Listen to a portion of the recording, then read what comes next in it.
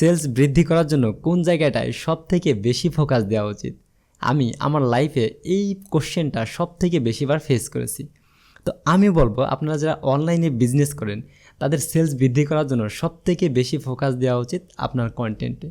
দেখেন, আপনি প্রোডাক্ট বা সার্ভিস যাই সেল করেন না কেন, কাস্টমার কিন্তু আপনার প্রোডাক্ট বা সার্ভিস ডিরেক্ট হাতে নিয়ে দেখতে পারে না। তাহলে কোন জিনিসটা দেখে পারচেস করে? হ্যাঁ, অবশ্যই আপনার কন্টেন্ট। আপনার কন্টেন্ট যদি কাস্টমারের ব্রেইনকে সিদ্ধান্ত নেওয়াতে পারে যে আমার এই প্রোডাক্টটা ক্রয় করা উচিত, তাহলেই কিন্তু আপনার প্রোডাক্টটা সেল হবে। তাই আমি অলওয়েজ বলি, সেলস বৃদ্ধি করার জন্য আপনি অবশ্যই কন্টেন্টের উপরে ফোকাস দেন। আপনার কন্টেন্টের কোয়ালিটি ইনক্রিজ করেন, আপনার কন্টেন্টের প্রেজেন্টেশন ইনক্রিজ করেন, আপনার কন্টেন্টের ওয়েদার ইনক্রিজ করেন, আপনার কন্টেন্টের যে ইকুইপমেন্ট আছে সেই সব কিছু ইনক্রিজ করেন। কারণ আপনার কন্টেন্টটি কিন্তু বলে দিচ্ছে যে আপনার বিজনেসটা আসলে আজ থেকে 2 বছর পর বা 1 বছর পর বা 3 বছর পর কোথায় থাকবে, এটা কিন্তু আপনার কন্টেন্টই বলে দিচ্ছে। সো যারা কন্টেন্টের কম্পিটিশনে টিকে থাকতে পারবে তাদের বিজনেস কিন্তু সাস্টেন করবে, আর যারা এই জায়গা থেকে পড়ে যাবে তারা কিন্তু কখনোই বিজনেস সাস্টেন করতে পারবে না।